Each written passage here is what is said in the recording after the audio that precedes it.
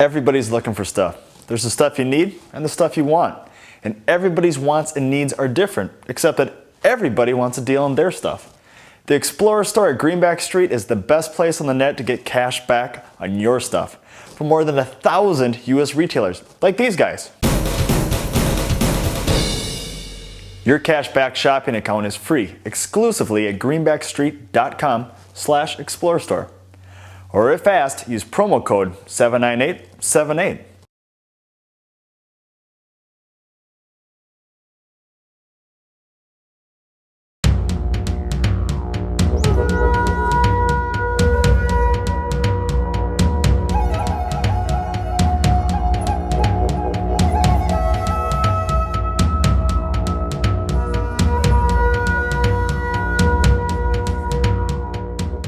Welcome to Martial Arts Explorer, exploring effective technique as revealed in classical martial arts of all styles.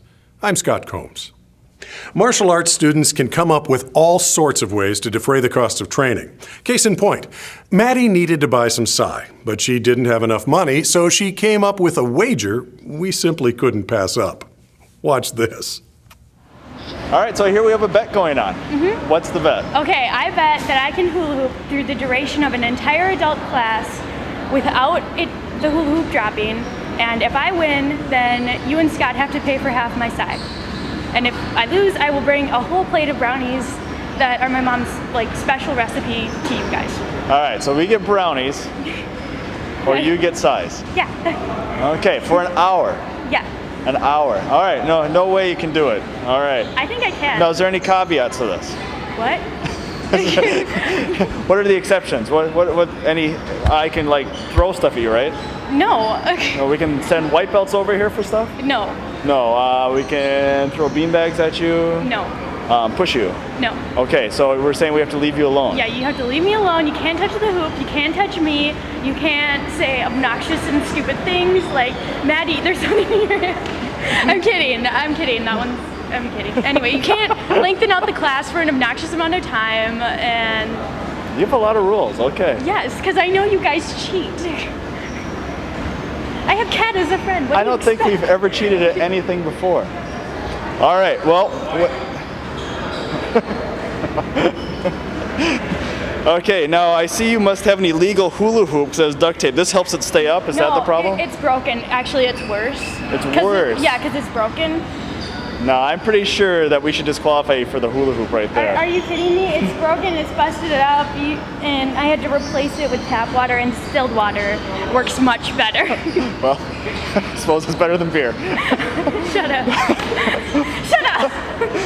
All right, well, we'll let you get started then. Are you ready? I'm ready. All right, on your mark, get set, go!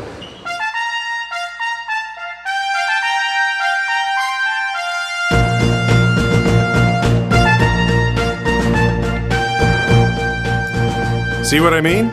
We agreed as long as Maddie would allow us to film the results. We'll be checking in on Maddie throughout the show. Now on to business.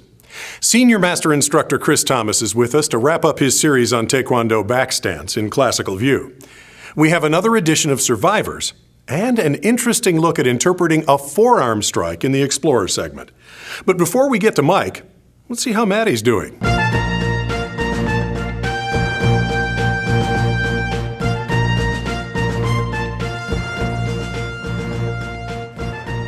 So far, so good. Here's Mike. Thanks for joining us, and thanks as always to Scott for that great welcome to the show. We're going to take a look at a technique that is pretty easy to do. Really, all it's going to be is reach out and forearm strike. That happens all over the place, and you see it all the time. But first, let's check in on Maddie real quick. As you can see, she's still going. We wish her luck. All right, like I said, forearm strike coming across this way. Now, a lot of times, as you look at a forearm strike in a form, you reach out and you make sure you twist your hip and you drive all the way to your hand, because if you're going to strike something, you don't try and pull it to you. But so often, that's actually what you do, is you come in and you make the motion like this. In some forms and some styles do that, and there are some reasons for that besides a striking motion. That's what we're going to take a little bit of a look at today. George's going to jump in and join me. And we're gonna go ahead and he's gonna grab onto my lapel and he's gonna start to wind up to punch. Now we're gonna actually look at a couple pressure points too. Now we haven't done a lot of this. We're gonna look at some basic pressure points to start in. We're gonna start to look at some pressure points. And we're gonna look at the lung meridian, which is an energy line that runs up the inside. Now these are acupressure or acupuncture points. They can be used to hurt or to help the body. And at this point, we're gonna use them to weaken the body. I'm gonna grab in right up on the inside here, and I hook in and I turn slightly up in towards the hand. And what I get is it starts to weaken the wrist. Now this isn't extremely useful in this point, but what it does is it sets me up for later moves that can be used for working on pressure point knockouts or stuns, if you will. And it also turns the body away, which makes it easier to defend myself. If he's gonna punch me and I manage to curl this wrist in, I can sometimes shift him off a little bit, which is just gonna help me out all the more. So as I get in here and I grab this and I start to do this, I'm gonna take my front hand and I'm gonna reach out. Now this is the beginning of the forearm strike. My hand comes out. Well, in this case, I'm gonna use this reach for a block. And I'm gonna basically end up doing a knife hand strike. And I do it right into the front edge of the bicep. So I come in across here. I'm gonna hit a pericardium point at this point. Pericardium runs down the middle of the arm here. So my lung point is considered to be metal. They give element names in the Chinese medicine systems, and the pericardium point is considered to be fire, which is setting up the next part of my strike, which is going to be my forearm motion. But instead of, like I said, instead of bringing my hand forward this way, I'm going to focus on this hand. I'm going to bring this hand back here. I'm going to strike up into gallbladder 20, which is up and through the head at a 45. So as I come back this way, I'm striking my gallbladder, which is a wood point. Now you need to understand there's a cycle of destruction, and it moves from fire, metal, and wood are all fall in those points. And so in this case, I have metal, then I have fire, then I have wood. The order is really not all that important, but between the two, enables me to get an easier stun if I start to work on stunning people a little bit. And that's what we're going to be doing as we set up these basic motions here. Grab here, strike here, and all I do is come back in this way. Now, the move is actually, I would call it a forearm strike. So if I hit him and he doesn't drop, all I'm going to do is come back in. I'm going to hold on to him and hit him again, all right? So I'm redundant. I'm not relying on pressure points to do anything all that magical. But if I get something great and I get a stun that way, perfect. If I don't, I still got the heavy shot to the jaw, and that's going to end this fight anyway. So I grab, I lock up, I sidestep. That always helps. Point 1, point 2, point 3 is coming back in here. My fourth one, my extra one, is coming back in for my forearm strike. All right, thanks, George. Let's check on Maddie again real quick.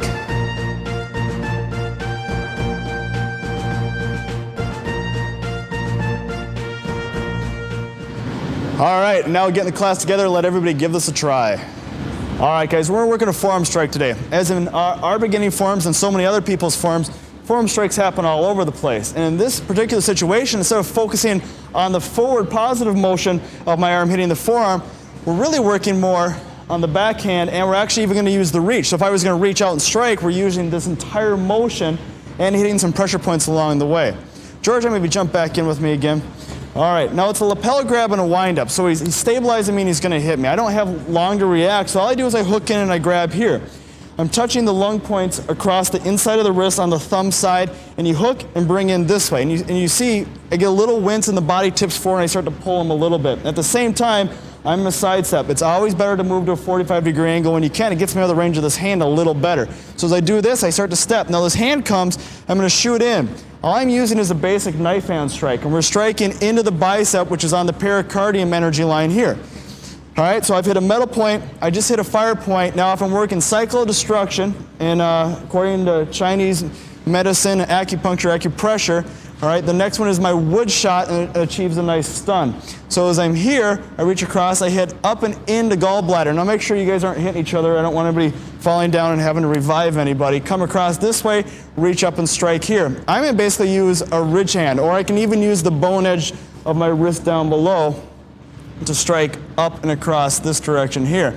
Now, if this doesn't knock him down, all I'm going to do is simply turn my hand over, grab on the head, and now I do a traditional forearm strike where I turn my body to him. So the first one, I'm pulling my hand back this way, and now I reverse and I turn in here. Now I can take the nose, I can take chin, I can take whatever I want to at that point. It depends how he turns his head. Also, I may have ears, I may have sides of the jaw. So one more time, grab, sidestep strike. I have 1 point, 2 point, Here's my third point. If his head comes way down, don't hit the top of the head. If his head comes way down, slip underneath or change techniques, all right? So if his head's down, I might drop this way and lift my forearm strike going up and away. All right, thanks, George. Everybody get with the partners and give it a try.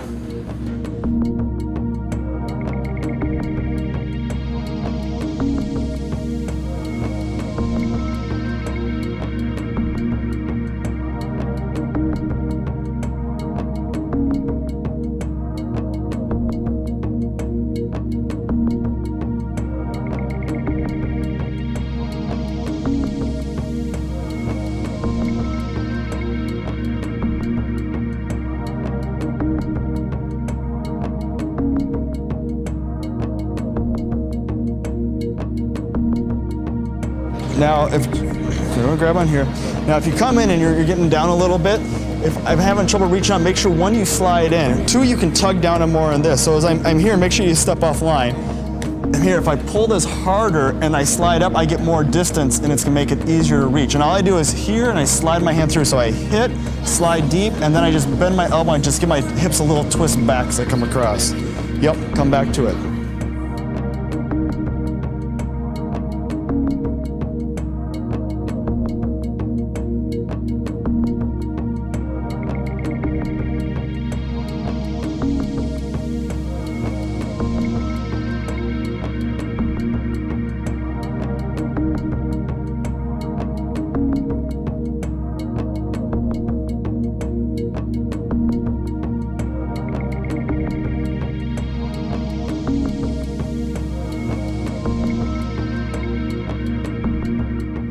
All right, I'm gonna hit you. All right. Okay. I'm gonna come in here and grab this. You're gonna swing. I'm gonna do this, and then I'm gonna come up this way on you. Okay? There you go. Good. All right.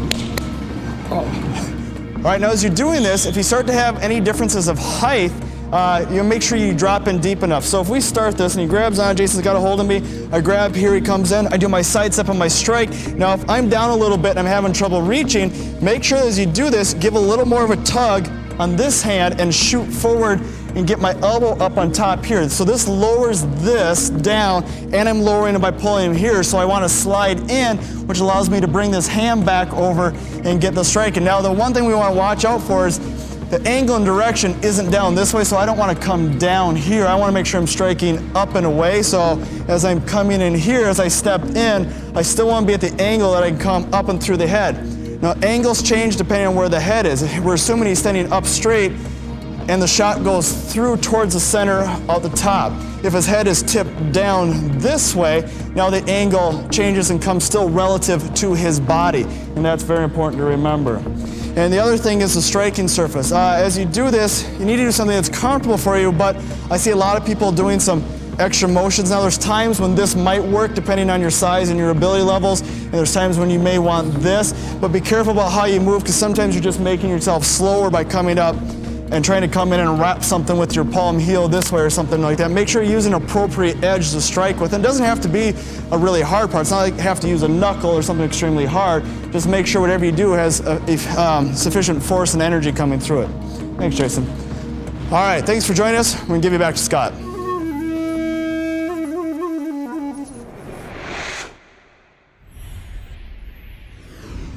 Workington, UK, reported in the Sunday Sun.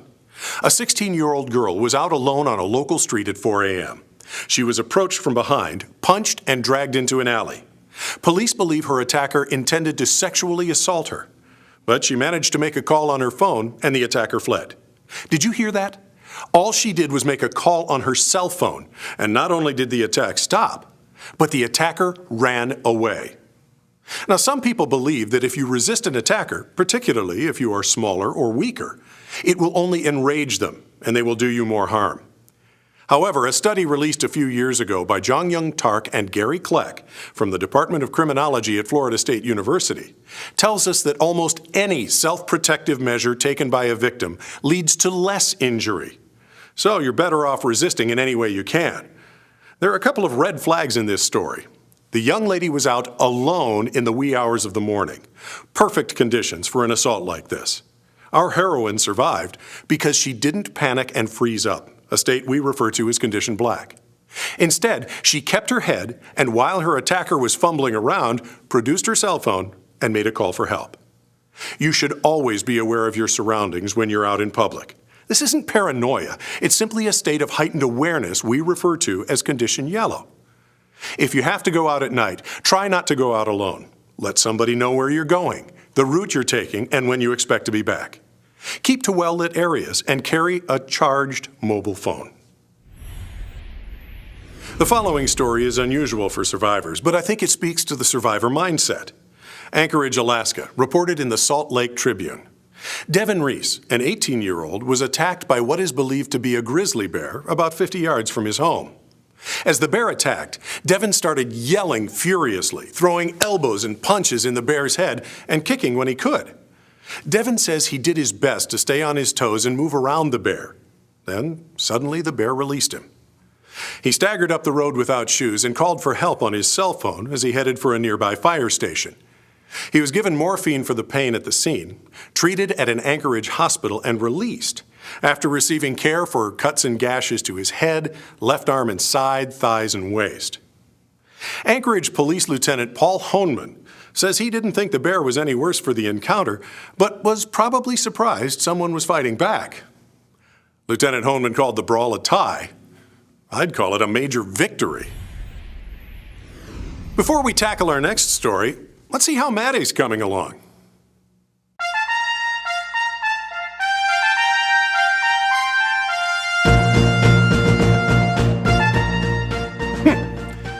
Way it's going, Mike and I may have to actually cover this bet.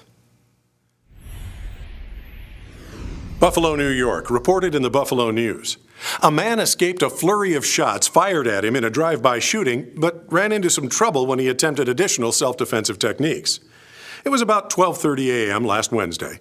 Victim was out on the street when a burgundy vehicle pulled up and a gunman fired on him.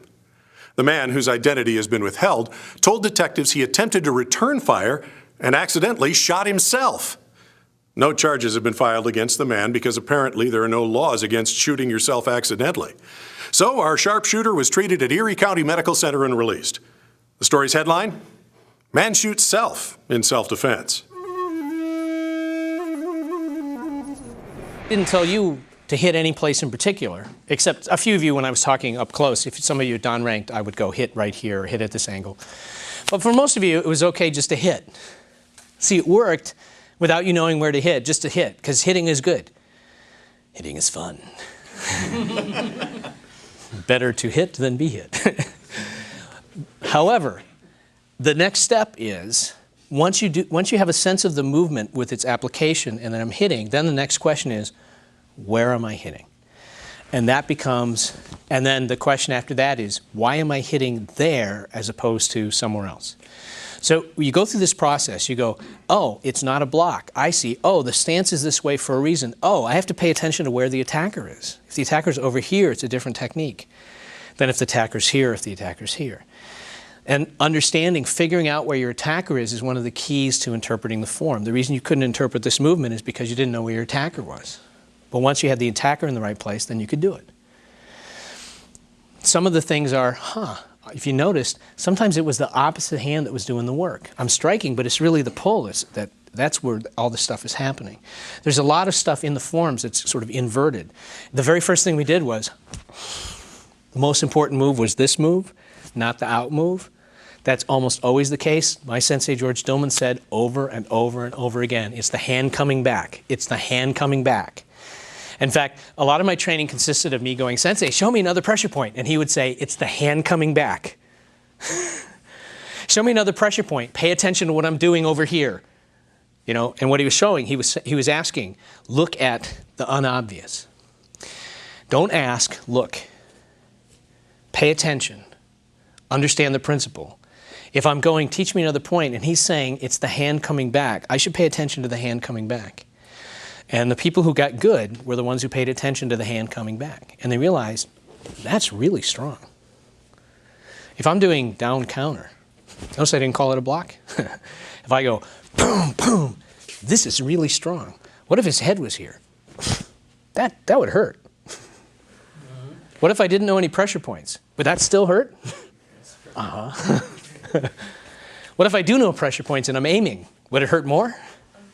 Yes, sir. If I knew a pressure point, maybe when I do the hand coming back, maybe I use this position because I know the pressure point. That would really hurt. If I don't know the pressure point, maybe I just do this because I don't know, but it still works. So today we did, did I even talk about a pressure point? Did I even name one? But everything that you're doing is a technique that works. Then the next step is we add the pressure points. First technique that works, then let's add the pressure points. This is how the art is, this is how all the arts are. If I teach you the pressure point first, what happens is you go, gotta hit that pressure point. I smack him in the head. Later on I go, aim. And when you aim, it's even easier. I missed the pressure point. Well, you still hit him. Also, I should just mention that there's a kind of a rhythm to the forms. And the rhythm is, it's not just a rhythm this way. It's a rhythm of hard, harder, not so hard. Some moves you don't hit equal each time. So when I do a move like this, I get that first bang in there. The second move is not as hard. And it's not on the same line. It's a different angle. This move came this way. This move comes this way and it's not as strong. This move goes that way and it's really strong. So I went hard, not as hard, totally different angle, brand new angle, really hard. And this had one direction of force, a different direction of force, this one, two-way action, pulling and striking at the same time. That means that in terms of what a person experiences receiving those, they all feel different. The body doesn't like different. You can actually take somebody, punch them in the face, hit them exactly the same way over and over again, and at some point it won't bother them very much, and then they'll kill you, or at least hit you back. Okay? It's because we can handle the same thing, but what we can't handle is different. Change bothers us. I don't know if you've ever noticed this, but change bothers us. What do you mean you moved the couch over there? I like it over here. Right? Change bothers us. So we know this as martial artists. That means we change. Some techniques hard, some techniques not so hard. Combinations. Maybe boom, maybe boom, real hard, medium hard. Then maybe the next move is double hard. You know, there's rhythms. Boom, boom. So not everything is the same. Not everything is equal. That makes it more effective. Let me review what we covered. We went, huh. We went, he fell down. We went, I've been grabbed. Jam that punch, hit him in the head, strike, chop. And we did, oh. Turn, knife hand, 90-degree angle. Or 45, just depended how you ended up with your partner. I don't expect you to remember those. I don't care if you remember those. It will help you to remember one. So before you leave, my recommendation is to, the one that you like the best, go over it and remember it. But what's most important is let what we did here tonight give you ideas for other moves so you can break down more of your form. When you have a good idea in your head that seems to match what happens in the form, grab somebody and try it. If it still seems to work, walk over to your teacher and say, Mr. Peterson, can we show you something? If he says, very good, don't tell anyone, then you got it. Okay? Now, when you do it with somebody else for the first time, their job is to go, oh, I think you need to, that doesn't quite, to help find all of the right angles. Because you'll just turn out that there's little things that you'll figure out together. And then maybe your partner, maybe you go, oh, that didn't work, but your partner goes, well, wait, that gives me an idea. Because you walked over and said, can I try something? Maybe it didn't work, but maybe it's the thing that sparks their idea, and now they come, and then back and forth, suddenly you together have worked something out, and you're both going, well, this is great. And then you go over and he goes, don't tell anyone. And you go, but then you picture it every time you do the form. I know everybody's on pins and needles, wondering if Mike and I'll have to make good on our wager. Here's your answer. I'm not touching you. Not touching you. Not touching you. All right. 4, 3, 2, 1. I guess you made it. Well, I get to watch the whole thing. I'm assuming you made it all the way through, right? Yes. Wink at the camera. What? Wink at the camera. Yeah. I can't wink. I can't wink. All right, congratulations. Very nice job. We're just going to go ahead and the sides are all yours. We'll pick up a pair of sides and they'll be in a week or so. Okay. Congratulations. You're going to sabotage them, aren't you?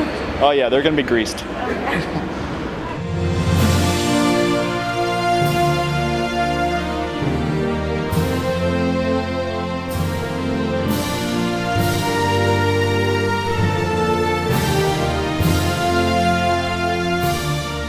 For all your hula hooping needs, don't forget greenbackstreet.com. There's a store called Calyx.com. That's K-A-L-Y-X.com. They've got high-quality, no-kink hoops and hoop accessories at discount prices. Add to that the cash back you'll get from Greenback Street, and you're really cooking. These guys even have a hula hoop cart for storing, organizing, and transporting your hoops from the garage to the backyard. And your cashback shopping account from Greenback Street is free. How sweet is that? And, well, that's just about enough of that. Remember to practice safely if you'd like to try any of these techniques at home. We're not responsible for broken furniture or partners. We love getting email from you. Send it to explorer@martialartsexplorer.tv. For Martial Arts Explorer and Michael Kleinepier, I'm Scott Combs.